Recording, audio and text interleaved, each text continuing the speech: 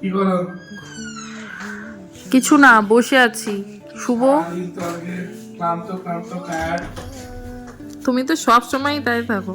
নাম তোমার জন্য চপ নিয়ে এসেছি। রাতের 11:30টার সময় কে চপ খায়? আজকে কি রে মনে আছে? আজকে রোজ ডে। বাবা, তাই বুঝি? মনে তো অনেক কিছুই আছে, কিন্তু আশা করিনি যে দিবা এত ব্যস্ততার একটা মধ্যে। দিলে হবে নাকি খুশি? দুটা ও বাবা, থ্যাংক ইউ থ্যাংক ইউ, খুব পছন্দ হয়েছে, থ্যাংক ইউ। তুমি এগুলো কখন আনলা? স্কুল থেকে তো অনেকক্ষণ এসছো, তারপরে? সারপ্রাইজ, এটাই তো সারপ্রাইজ। সেটাই তো ফুল দেখছি, দিকটা আমি দিকটা দেখো, সত্যি আশা ফুলের করিনি। বাগান দিয়ে দিয়েছি। সেই মজা, থ্যাংক ইউ,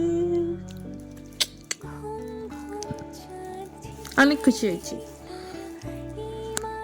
সত্যি আশা করিনি রাতে 12টার সময় আমার জন্য গোলাপ নিয়ে আসবে, পুরো মাথায় তেল টেল দিয়ে আমি এখন জাস্ট ঘুমোতে যাব, মানে ব্ল্যাঙ্কেট নিয়ে একদম মানে পুরো রেডি হয়ে গেছে, ডিনারও কমপ্লিট হয়ে গেছে, তখন যে লাস্ট মোমেন্টে এসে যে সারপ্রাইজ দিবে সেটা সত্যিই আশা করিনি। ভীষণ ভালো লাগে, থ্যাংক ইউ।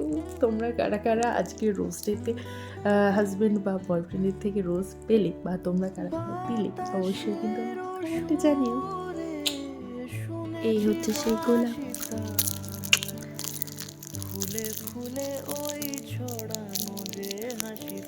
আমার ফেভারিট।